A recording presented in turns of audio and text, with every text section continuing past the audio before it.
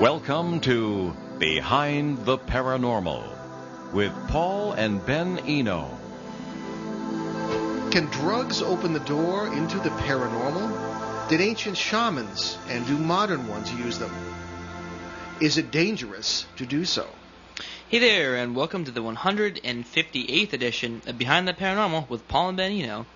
And on our Monday drive time show on WOON 1240 AM and www.onworldwide.com, I'm Ben, and asking those potentially explosive questions was my co-host and partner in the paranormal, my dad. But before we welcome tonight's guest, it is, of course, contest time. As you guys know, last week's question was, in 1953, writer Albert K. Bender published an account of the Maury Island UFO incident in 1947 in Puget Sounds in Washington State. As a direct result, Bender said he was threatened by a group of what men often associated with trying to suppress reports of the paranormal phenomenon. And the answer was, of course, the Men in Black. And the winner was Shannon Harris from Holliston, Massachusetts. And this week's question is somewhat tougher. In what year and by whom was the term multiverse coined? That's a funny. Now, a lot of people think I coined that term, and that's not the case. It was in a surprising year by a rather surprising person, so that's the question this week. And because the question has two parts, the winner will receive two prizes. The two books, Faces at the Window and Footsteps in the Attic by moi. And so give it a shot. Go ahead, Ben. Take it away. Thanks for stepping on my lines. Anyway, call us locally at 401-766-1240 or from anywhere in the U.S. at 800-449-1240. And if I don't announce a winner during the show and you still think you have a shot, drop a line to me at benandbehindtheparanormal.com. Now, before we introduce our distinguished guest, we feel that we must include something of a disclaimer here. We live in a completely paranoid society, and drugs are a very controversial subject. Our treatment of that subject on this show is meant to be parapsychological, historical, medical, and perhaps philosophical. In no way and at no time do we advocate the use of drugs for exploring the paranormal. No, drugs are dumb. Ben and I can both testify to that, and with some of the experiences we have in the paranormal, we don't need drugs, thank you very much. Nope. And now to our guest. With a 9-page resume, Dr. David Luke, senior lecturer in psychology at the University of Greenwich, England, is one of the world's most distinguished experts in parapsychology and para-psychopharmacology. Let me untie my tongue long enough to... He is the current president of the Parapsychological Association, the prestigious international professional body for researchers in this field. At Greenwich, he teaches an undergraduate course on the psychology of exceptional human experiences, coined by my good friend Dr. Rhea White, I think. Actually, I don't know her. He is also research associate at the Beckley Foundation at Oxford, which promotes research in the neuroscience of consciousness and its altered states, and he is a guest lecturer at the University of Northampton in the UK. As a writer and researcher, he has a special interest in altered states of consciousness, and he has studied reported paranormal phenomena and techniques of consciousness alteration from every continent from the perspective of scientists, shamans, and Shivaites. And I have to ask what that is. Something to do with Shiva, I suppose. He earned his PhD at the University of Northampton in 2007 and is the author of countless scholarly articles. Okay, Dr. David Luke, welcome to Behind the Paranormal. Hi, Ben. Hi, Paul. Well, it's great to have you with us, finally. Oh, yeah. So, once again, our call-in numbers today, it is nationally at 800-449-1240 or locally at 401-766-1240. All right, so let's get this started with, what are your own beliefs about the paranormal, first off? I'd just like to say before that, Ben, that I'd like to echo your caution about the use of substances, psychoactive substances, to access the paranormal. I certainly would not like to endorse that, and there's no need for it whatsoever. And just to echo that sentiment, and then to answer your question, we're often asked if we believe what we believe as parapsychologists. That's kind of like asking a physicist if he believes in particles or space and time, I guess. I have my own personal beliefs, which I like to keep separate from my scientific interests. And if you ask me scientifically, I'd say, well, I just study the evidence, and it looks in support of the various paranormal phenomena And if you ask me personally, I'd say, well, some of this stuff seems to be true, but we're very confused as how to explain it. That'd be my position. Okay. All right, so drugs aside, do you believe paranormal experiences are real? Well, you do. But in human history, paranormal experiences or the use of, what people used drugs to attain, paranormal experiences? Yeah, well, this is, we have a very long history of this. In fact, about as long as we have culture, we have evidence of people getting into altered states through the use of these plants, usually plants that are highly psychoactive. And we can find evidence of this from everywhere on the planet, from all continents, and coming right up to the current time. People have been using these substances to get into altered states of consciousness, to access psychic abilities, and to communicate with spirits.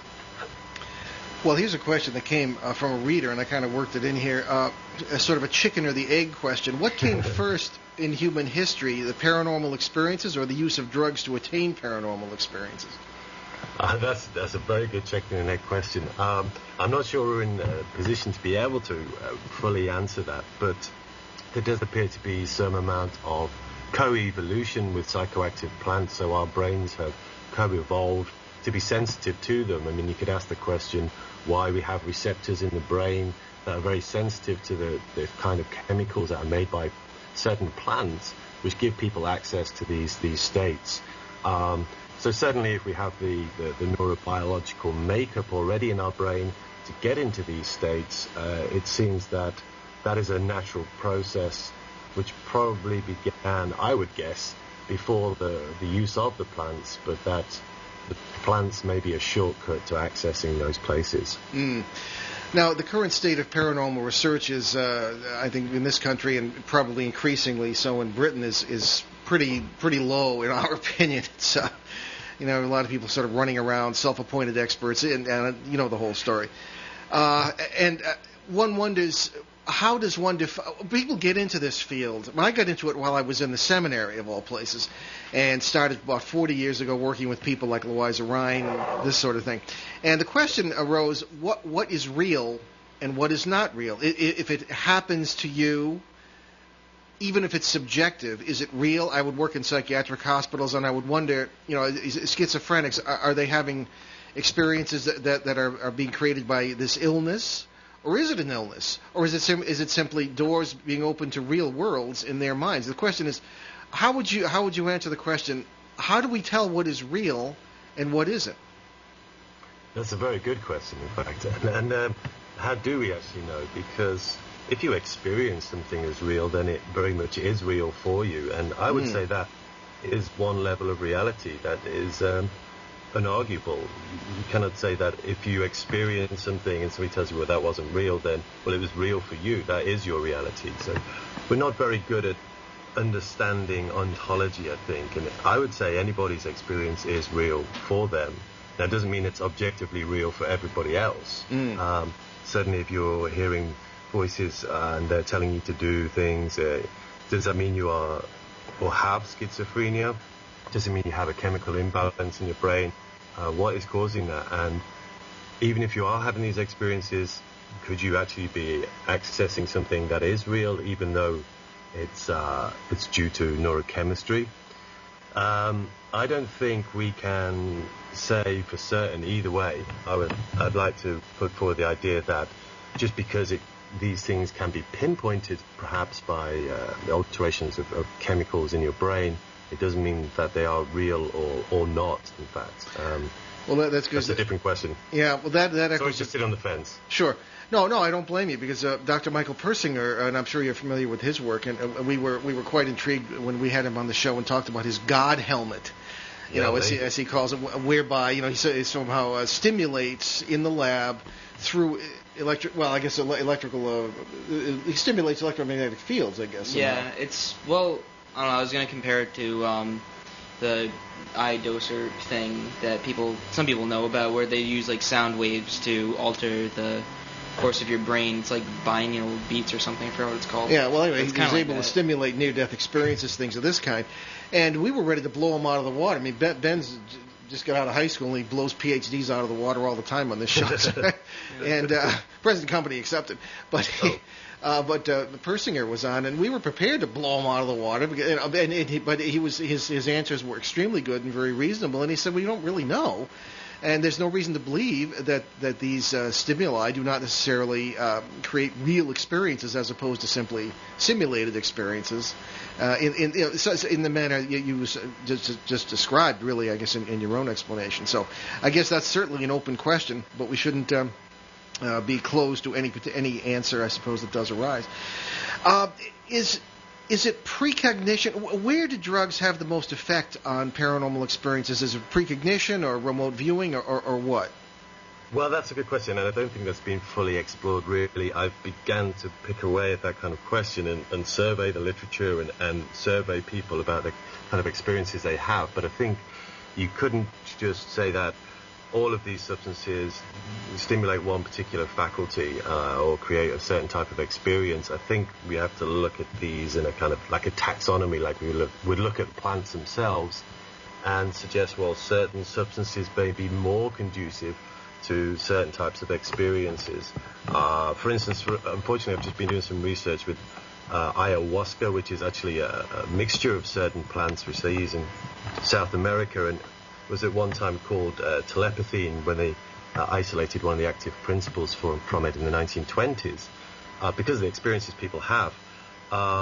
Unfortunately, looking into precognition, I found through my surveys that precognition is one of the least likely experiences people actually have on this particular substance.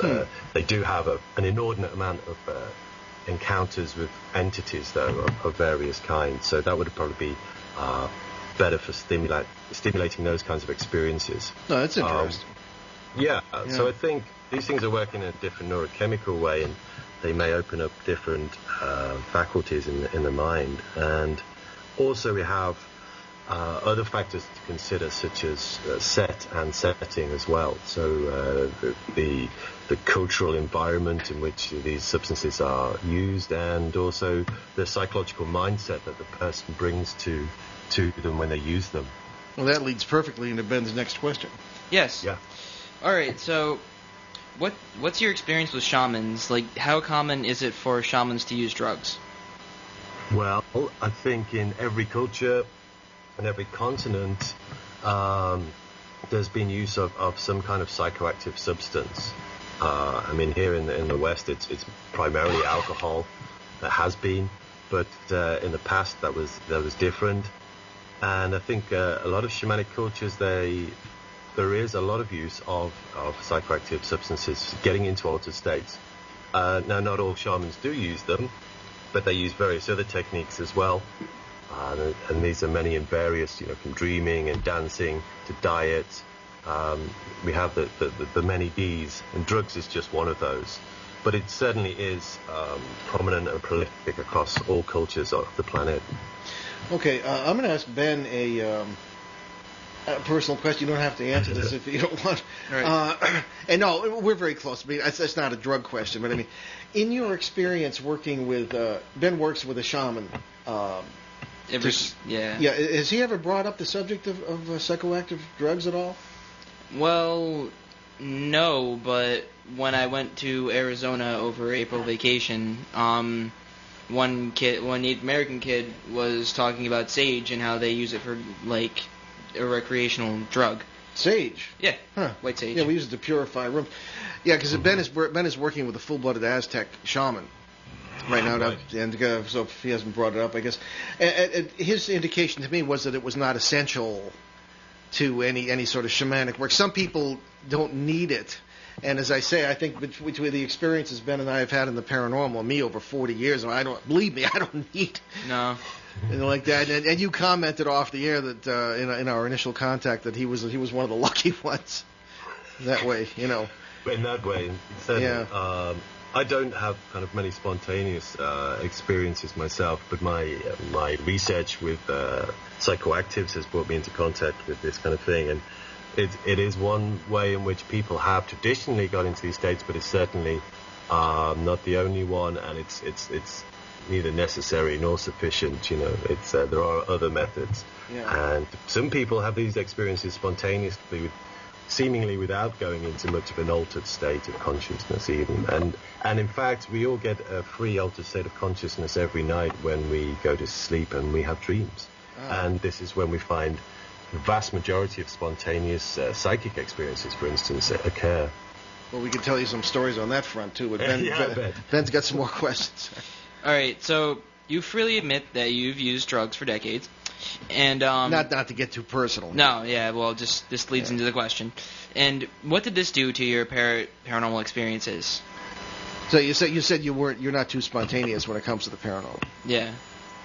No, I mean, but through my explorations of shamanism and different parts of the world and my experiences taking psychoactive substances in those places, I have had some bizarre experiences. I wouldn't know quite how to categorize them, of a shamanic nature, encounters with entities, which I still don't know whether to even believe or how to fully understand.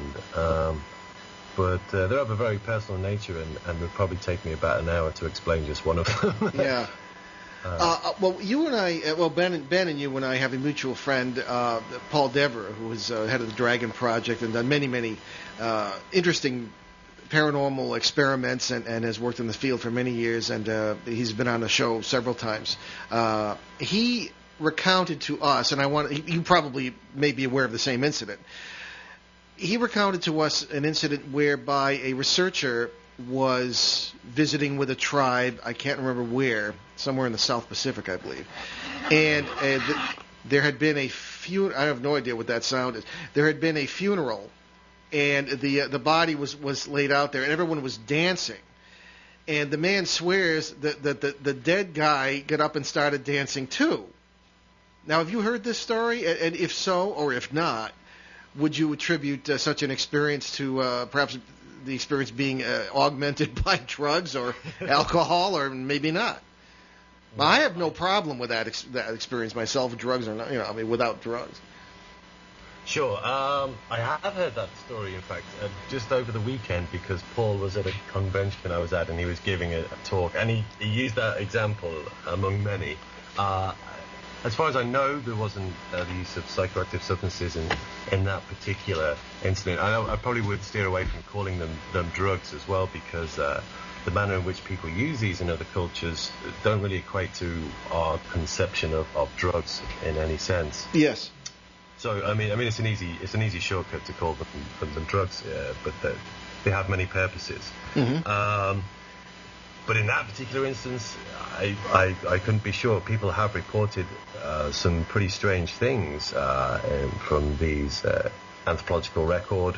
We know that many people have had many strange experiences. For instance, when Gordon Wasson, the guy who first discovered the use of psilocybin mushrooms in Mexico, he went to see the shaman there, and the shaman took some mushrooms, and he told him some things about his son back home that the explorer Wasson did not know about, and he was able to verify those upon his return. He didn't even believe they were true either, because he thought he knew what his son was up to, and it turns out he was up to something completely different, and the shaman was right, of course. So we have lots of these kinds of stories, and we have lots of these stories as well without the use of these psychoactive substances.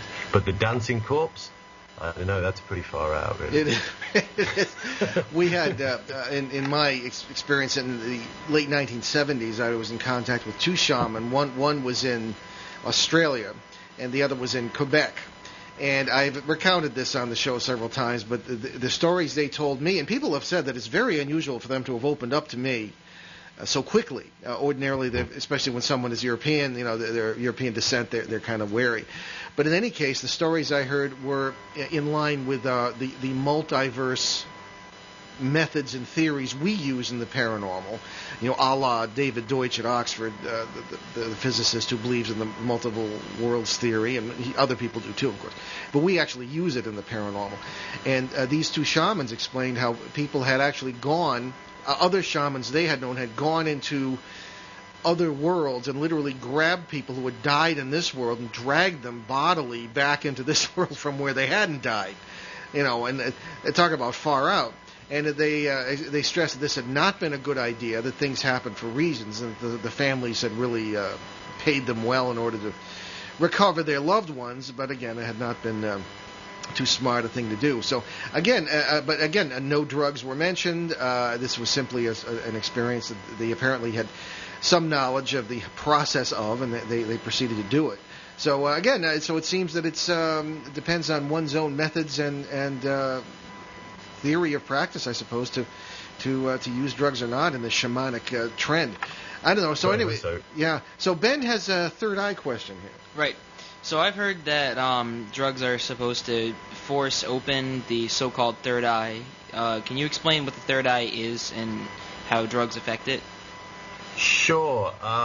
This is a kind of term from, various places, but Descartes and the French philosopher, and of course from Indian mystical traditions, they talk about the third eye, and they're referring to what we know as the pineal gland, which is actually rather like an eye. In certain lizards, for instance, it has a cornea and a lens and a retina and sees light and dark, as it does in the human brain. The pineal gland responds to light and produces various neurochemicals depending on whether it's daytime or nighttime. So it is a kind of a rather crude eye in a very real sense. But in the mystical tradition, it's said to be an eye that sees into a different dimension. And we're beginning to find some kind of theoretical support for this in many ways, for instance, because of the neurochemicals that it's known to produce, some of which we find in shamanic brews they use in South America. For instance, the vine of the dead, ayahuasca, which they use to communicate with spirits, has some of the same chemicals in it that we find in the pineal gland. And so we speculate that when we say that these people are using drugs to get into shamanic states, well, everybody's using drugs to get into shamanic states, whether they actually eat them or smoke them or not, because we have these chemicals in our brain anyway. And we suspect that the pineal gland is quite prominent in the production of these chemicals. It's not been fully tested. It's been tested outside the body, but it's very difficult to climb inside someone's pineal gland whilst they're alive and see what's going on, neurochemically speaking. Let's take another step into a bit more speculative area here, and that has to do with government research. Now, no one really knows for sure what is really happening as far as this is concerned. In this country, there were things such as the Project Stargate, believe it or not, that was the actual name of it, which was one of the early experiments responding to Soviet experiments on the possible military uses of the paranormal and the psychic power of human brain in particular. And I'm wondering if you have heard anything or have any relatively reliable information on either side of the Atlantic of government experiments in the psychic realm that might have used drugs or that studied the particulars of one drug, the influence of one drug or another. Sure. There was a Project Artichoke, for instance, that ran about, I think it was part of the MK Ultra project, what you've probably heard of. Oh, but World War II. Yeah, no, it extended into the 60s. Okay. That's right, yeah. So kind of 1950s, 1960s. And the CIA, again, were particularly interested in discovering a psychoactive substance that could access psychic abilities. And they had various people following most, looking at the use of psilocybin from what we call magic mushrooms for use for accessing psychic abilities. I don't think these kind of programs, certainly those programs were having them, but I don't think they're continuing now as far as we know, because I suspect they would have probably asked me to get involved, and I haven't heard anything. So. That's why I asked the question. That's one of the other ones. I'm guessing, because nobody else is really doing this research, certainly not overtly.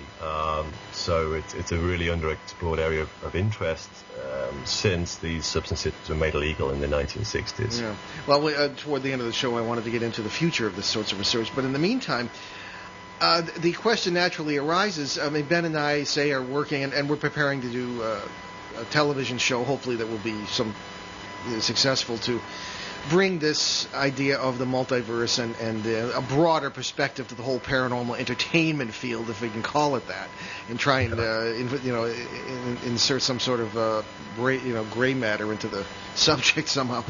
So I wonder what would happen if Ben and I were, and we're going to take a commercial break here, but after give you a chance to think about what might happen if Ben and I were dealing with, say, a poltergeist in a house that's throwing things around, and I've actually been injured by these things, and in an attempt to communicate or do something, a psychoactive drug was introduced into the scenario. I wonder what would happen.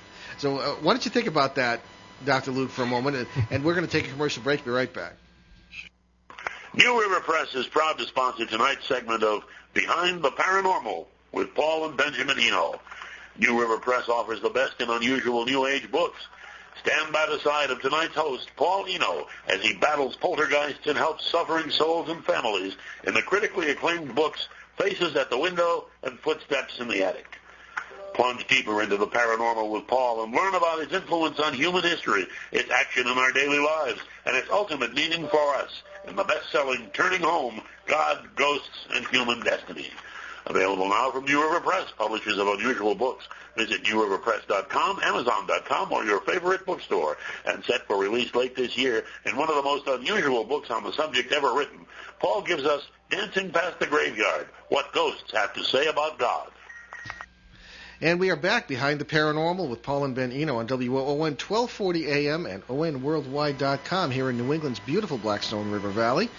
And we are talking this evening, we're having a fascinating conversation with Dr. David Luke of Greenwich University in England, who is probably, certainly, without question, the world's leading expert on the wonderful subject of para-psychopharmacology. In other words, the effect of drugs on the ability of the mind to have paranormal experiences or psychic experiences, things of this kind. So, moving along in our conversation, I had asked a theoretical question of the good doctor before we took our break, and I'll repeat it. What would happen, do you think, if Ben and I were in the midst of, say, a poltergeist experience and attempted to communicate or control the thing or whatever by introducing some sort of psychoactive substance? I mean, or is it even a relevant question? I don't know. It's a very interesting question. I think that would make things a lot more complicated. I think you'd be right. Yeah. I probably would not recommend this, that's for sure. But I don't think it's going to help your situation in any way, particularly if you're not used to taking these kinds of substances. I mean, people who have experimented with shamanic plants for, it takes them many years to become proficient with maneuvering through these altered states of consciousness, and I certainly would recommend it for somebody who hasn't tried it. It's probably the last thing you want to be doing, though. If the poltergeist, from what I know of the literature, often focused around a particular person we call the agent, you may consider the use of some substance to... No, I wouldn't recommend this either, but theoretically, it could be something you could give them that might stop them having paranormal experiences. That has crossed the minds of more than one researcher. But again, I'm going to repeat our disclaimer: we are not in any way encouraging anyone to use any sort of drug to do anything regarding anything. Okay, paranormal. Absolutely.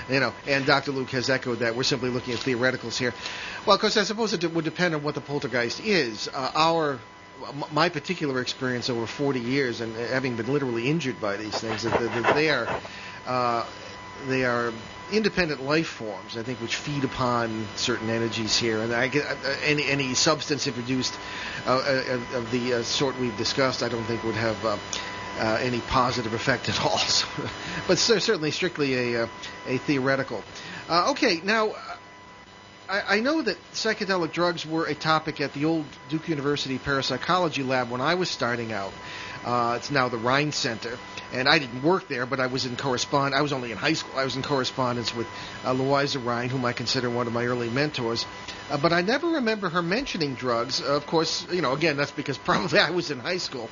But there was some discussion by her as well in the literature about these subjects. Now, some of the early discussions. What were some of the early discussions? And you've expressed the opinion that these ought to be perhaps reopened.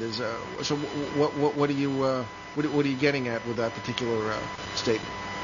Well, I think there's the use of psychedelic substance, for instance, is used as a specific subclass of drugs, if you like, have been shown out of all of these kinds of substances to generate more of these paranormal type experiences. And research, we find, is being resumed with these psychedelic substances for psychotherapeutic purposes, which is for the first time in 30 or 40 years.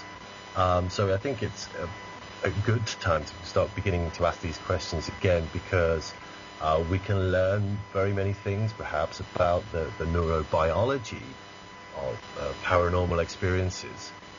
What parts of the brain are active when these experiences are going on? What can we learn about the brain, and what can we learn about paranormal experiences by studying neurochemistry involved and the different types of substances that cause different types of experiences? People certainly have more of these types of experiences on these substances, according to the research. So what's going on there in the brain? What can we learn there? Sorry.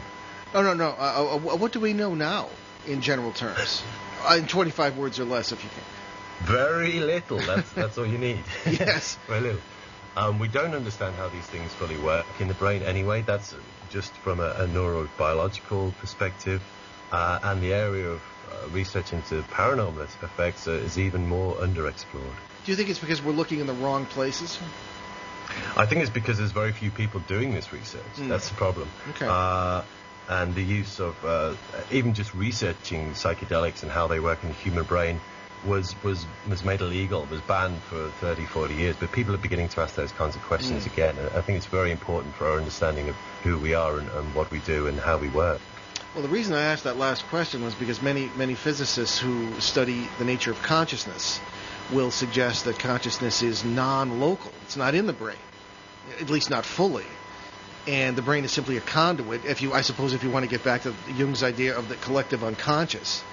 But there's a lot of feeling among some physicists that all this is non-local, and that's why we can't find memory or imagination, specifically speaking. And one wonders, that's why I ask, are we looking in the right place? Should we be doing mass experiments, theoretically, rather than experiments on individuals? Right, okay, well this is an interesting point, and I'd like to echo this idea about the non-local mind. This is certainly a distinct possibility. There's a danger that by people looking at the neurobiology behind these experiences, that they assume that that's where it starts and ends in the brain. But we've not yet found memory. Where is mind? And the brain is a good starting point. Mm-hmm. If you use the analogy of the television set. So by looking at the kind of neurochemistry involved, we're probably just looking at the kind of technical details behind how the television set works, but not what's going on in the studio as such, which would equate to what's going on in the mind. But hopefully it can help build up a bigger picture of the neurobiology of what's happening in the brain and how that relates to the paranormal. Okay.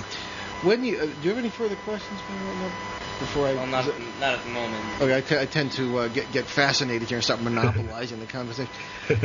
In your decades of experience and in your experiments with, about how many people have you worked with experimentally in the substance field? Oh, in the substance field? Yeah.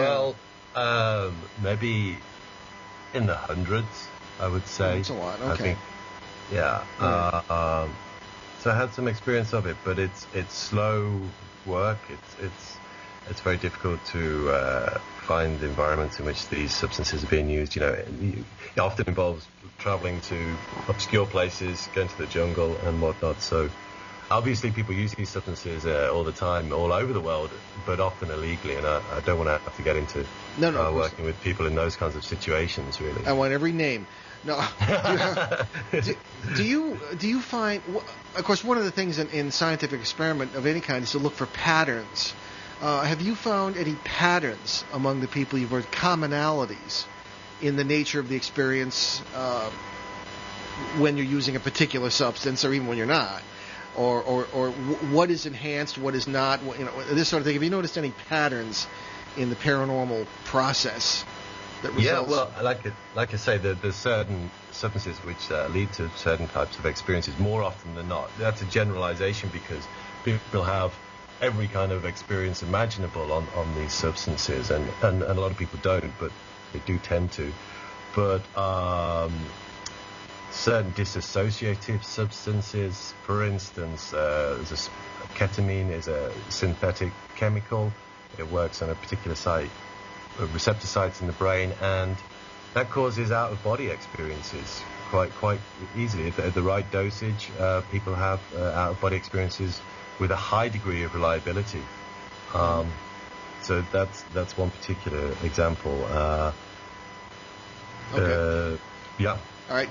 Ben has a general question.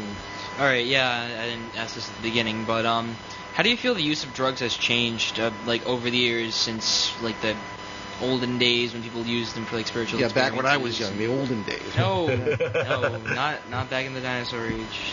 A few years after.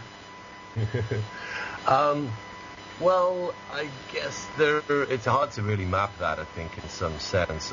Sure, there was the big loving of the 60s and the kind of the mystical quest, and I think that still is on the table for many people who use these things, and that's never going to go away. And I think people have used psychedelic substances, psychoactive substances for thousands of years, and by making them illegal, they always will. It's not going to stop. And I think because people have a personal quest to explore and a natural creativity, curiosity, sorry, I should say, and are drawn to these things, we have a need to contact with the other, whatever that other actually is. Yeah. And that's never going to go away. We often hear of people when they're talking about near-death experiences. Most people seemingly cross-culturally have positive experiences, but some have negative experiences, sometimes horrifyingly negative experiences. In your experiments with the hundreds of people you mentioned, can you give us a percentage of those who had terrifying experiences as opposed to good ones? Well, for one thing, I'll just make this clear. I'd never give substances to anybody. Okay, in my research, I go into do field experiments with people who are already in ceremonies, right? In shamanic ceremonies. And I'm not suggesting you're lining people up like some sort of paranormal Frankenstein here. Yeah. No. Here, have a little back in the 60s, you could do that, but not now. Yeah, I know. And where was I going with that? What was the question? Okay. Sorry. Well, no, it was just in the context of your work, with native peoples or people who are of shamanic traditions. How many of them have? I suppose what would the ancient term when Triceratops was sitting around the table having bad trips? I suppose, as opposed to something positive. Well, I know for certain there's at least one person, and that's me. I usually have a terrible time. So. But everyone else seems to be enjoying it, else they wouldn't go back for it. Often I find in these ceremonies where people are taking substances, there is a dark night of the soul often that people will journey through. It's like putting yourself through a year of psychotherapy in one night often. And so people go through a whole gamut of experiences on a real journey, often into the unconscious, and maybe burrowing around in the sewage works of one's own mind, But people usually re-emerge again before the experience is over, and can often go to some very beautiful places. I generally just wade around in the sewage the whole time, so I don't have a very pleasant experience myself. Sounds as though... I'm sorry, go ahead. No, but I've seen people who generally do go there and back. I just stay there. Yeah. It sounds as though Ben and I are very lucky not having to use any sort of artificial stimulation. Oh yeah. Yeah. But you keep mentioning psychotherapy, like you've mentioned it a few times in a few of your answers. But could you explain what psychotherapy is? Well, psychotherapy is quite simply the means of helping people become more whole psychologically, and I think psychedelic substances have been used for this for a very long time. That they're used in, the shamanic ceremonies in which these are used are usually for the purposes of healing, though they can be for psychic purposes. They can be for clairvoyance and that kind of thing. But primarily they're used for healing, and they just have a very different concept of psychological health. That it's coming from a place in which you have to integrate your mind, body, and spirit. And so these are the substances have been used for a very long time, and in the West here, we've been using them for maybe 50 years in this context, and that's been stopped for the last 40 pretty much. But in the 1950s and 1960s, there was a lot of research going on with psychedelic substances for treating all manner of intractable psychological disorders, such as addiction and anxiety and obsessive-compulsive disorder. And that research is now resuming again as well. Now, speaking of psychotherapy, there's a certain irony here as we talk about drugs as related to paranormal experiences, and yet, in my experience, I don't have a degree in psychiatry or anything, but I did a lot of work as a graduate student, in preparation for working in the paranormal field, in psychiatric hospitals back when there were far more inpatients than there are today. And both in the UK and the US and pretty much everywhere else, people are not generally hospitalized for any length or institutionalized. They're very often the pharmacology is considered the answer. People are given drugs, antipsychotic drugs, and see you later, sort of thing. And I just see a great irony there somehow. As you say, they're used for healing, but I wonder if other answers might not be more sensible and long-lasting, as everything in society is. Well, Ben and I and his friends all agree society is in extremely serious trouble. And yeah, I agree. Yeah, so I mean, what I don't know. Did you have any thoughts on that irony somehow? I mean, we use drugs for everything else, seemingly. I agree, and I think, but this is using drugs in a very different context, and I think that's probably part of the reason why. There's a big taboo against using. It's okay to use drugs for just if it doesn't have any psychoactive properties. Usually, if it keeps you normal, then that's okay. But if it takes you to a strange, altered state of consciousness, then that's often considered a bit taboo in our society. And I think this is the difference between the way in which antipsychotic drugs may be used to just change your neurochemistry in the brain, but they don't get you into a particularly altered state, whereas the use of these psychedelic substances for psychotherapy is used so it brings up information from your unconscious mind, which can then help you resolve your psychological issues.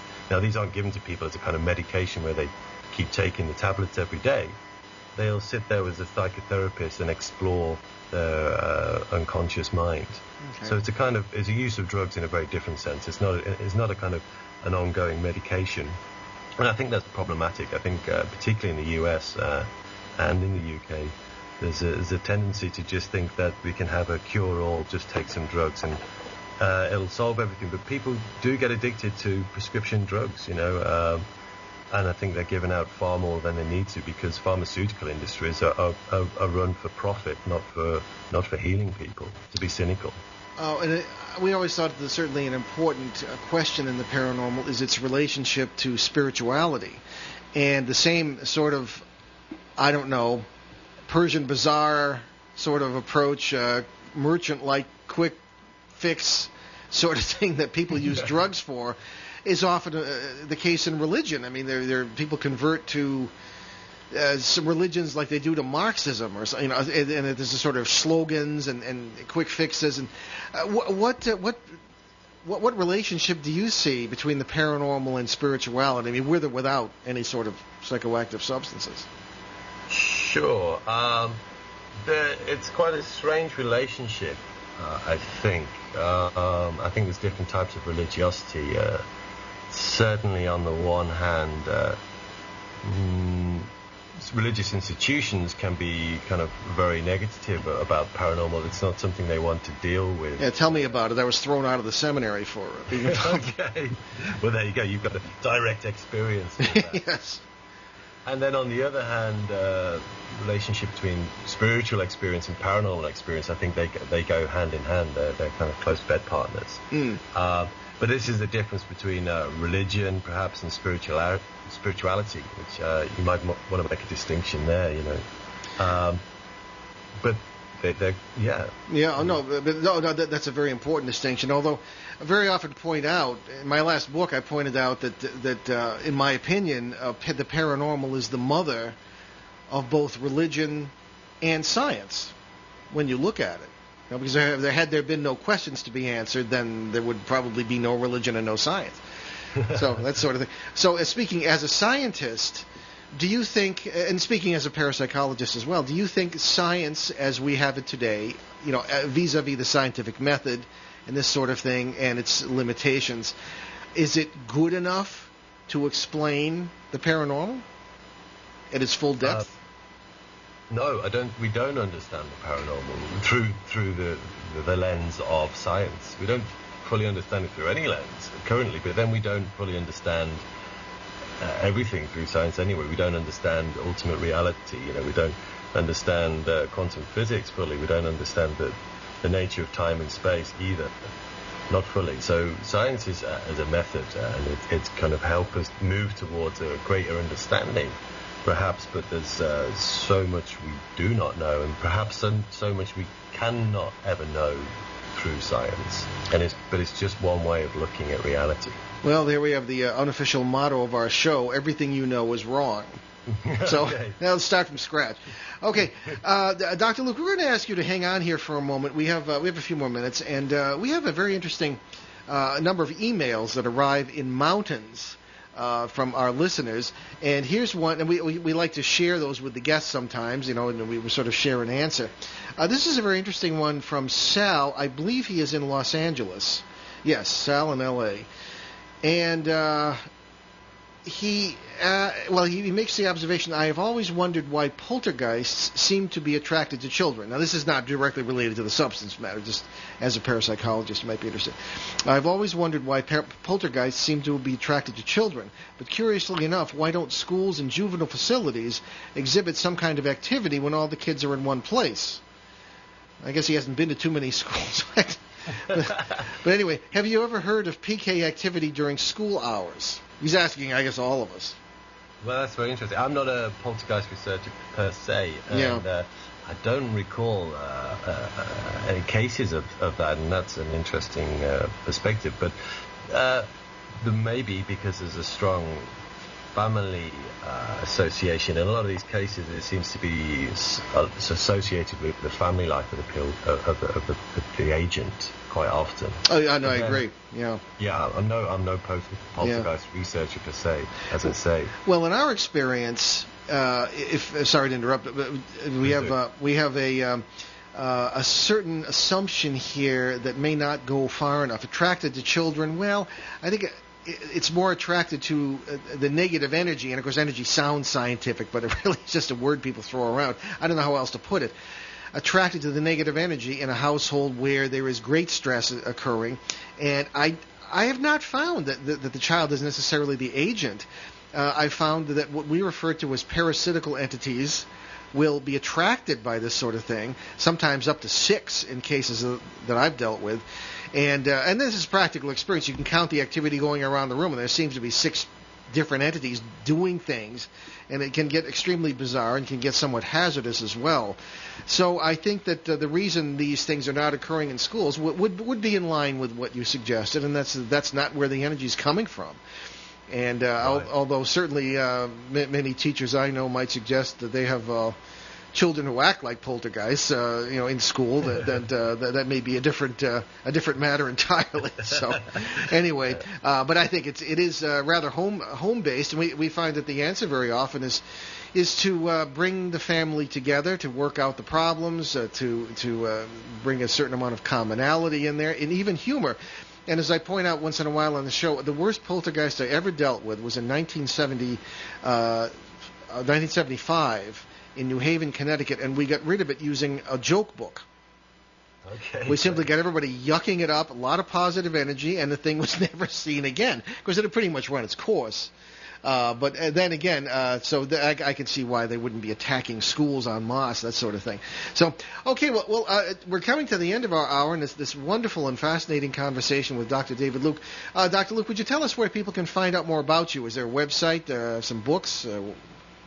Sure. Well, I kind of co-edit a site called brainwaving.com. Brainwaving.com, right? Yeah, there's lots of information on there, and I also have another site called Psychopraxis, which if you do a search on that, you'll find it. It's a rather long address, but Psychopraxis and brainwaving.com. Very good. And is there anything, you've written thousands, or at least hundreds of scholarly articles, is there anything that the us mere humans might find? Well, unfortunately, most of my stuff is pretty dense and academic, and I haven't got around to writing a popular book yet. But hang in there, and I will one day. But well, good. Well, that's excellent. We're going to stay in touch because we find you're just a wonderful fellow, and we're going to find, I think, many interesting things to talk about in the future, and we have a lot of mutual friends. So, well, Dr. Luke, thank you so very much for being with us. And I'm sure half of New England is standing with their mouths open at the moment. This is pretty cool. So yes. Okay, we'll be talking to you very soon, and thanks again. Have a good one. Great. Thanks, Paul. Thanks, Ben. It's been a pleasure. Okay, very good. Let me just push the right button here, and we should be ready to continue with a few more emails. All right, good. Okay, we have... there's a very interesting case, and Ben doesn't even know about this because this just arose. I just received some information on this morning, and it sounds like it's going to be very interesting. And we haven't got much time to talk about it, but we'll be looking into it. There is a man who says that a lot of people are coming around to our way of thinking about the multiverse. They realize that part of that is that ghosts are not spirits of dead people; they are actual people in close parallel worlds, and sometimes there's interaction going on there because the worlds converge. This particular fellow has always felt that his ancestors have been protective for him. And we feel the same way about our own ancestors and as guardians. Now, he moved into a home, and I won't say quite where it is yet, and he believes that the ancestors, of course, his guardians are there too, but in the home are the same ancestors in worlds where they had not become enlightened and are pretty messed up. And he said it's the most bizarre set of... the chances of this happening are extremely remote, but he's got two facets of his ancestors all around him, some of which are trying to protect him, I guess, from themselves, because there are ghost phenomena going on, and because the ancestors who lived in this house apparently were pretty messed up. So this sounds like a really interesting twist on the multiverse idea. We're going to be looking into this, and who knows, maybe we'll even put it on TV at some point. So I wanted to get to the story about the man who saved Bigfoot from drowning here. We're going to have to wait till next week on that one, I'm afraid. Okay. So anyway, we better wrap it up. And I want to thank, of course, our producer, Craig Pelletier, who really made it possible for our big overseas connection today. And we won't be with you live next week, I'm sorry to say. Live? We will be in a parallel world. No, I'm getting a look here from the producer. No, what's happening is that we are going to be elsewhere filming a TV show, and this is on August 2nd, Monday, August 2nd, so we're going to be doing a rerun. He was looking at me. I'm going to have to explain this. Well, we'll be here in spirit, so to speak, with a rebroadcast here on 1240 a.m. and onworldwide.com, 6 p.m. Eastern, 3 Pacific. All right, on our regular Sunday show on August 1st, 7 p.m. Eastern, 4 Pacific, on CBS Radio in Boston, Detroit, and Seattle, and online at www.newskyradio.com and at www.parax.com. We'll welcome back director and producer Bob Wilkinson for discussion of paranormal movies and TV. So check out our show website, www.behindtheparanormal.com, and your local radio schedules for CBS stations that carry the show, and the websites where you can hear us from anywhere. And remember, you can always get free podcasts of all our shows, along with show schedules and guest information at www.behindtheparanormal.com. Okay, and tonight we're going to leave you with a quote. Okay, all right, now we got 2 minutes. Don't worry about it. We're going to have the bed in there. Going to talk, all right? Hey, have a little confidence here. Anyway, tonight we will attempt to leave you with a quote attributed to President Richard M. Nixon. How do you know it's not a 2-minute quote? Quote, I'm not at liberty to discuss the government's knowledge of extraterrestrial UFOs at this time. I am still personally being briefed on the subject, unquote. So, Ben, what did you think of Dr. Luke tonight? Oh, he was an interesting dude. But I thought the Richard Nixon quote was going to be, I resign. No, that was after that. Oh, right. Before, yeah, exactly, yeah. Waves his hands around and flails them. Yeah, quote the hand movement. Well, that's Orthodox bishops bless him that way. But They bless no, him Nixon peace had outstanding foreign policy, but his domestic policy had a few problems. But in any case, I don't know what show will be rerunning next week. The headache is building up, and the producer here I can see, but I'm sure it'll be something very interesting. We'll pick a good one. And so, no, I thought Dr. Luke was very gracious, answered very well, and certainly I would look forward to writing any popular book he might have. Yeah, weren't you mentioning earlier that he is probably one of the most prestigious people we've had on the show yet? Actually, yes. He's not very well known in this country, but in the field of para-psychopharmacology, he is extremely well known, and is one of the few people who's actually researching this stuff.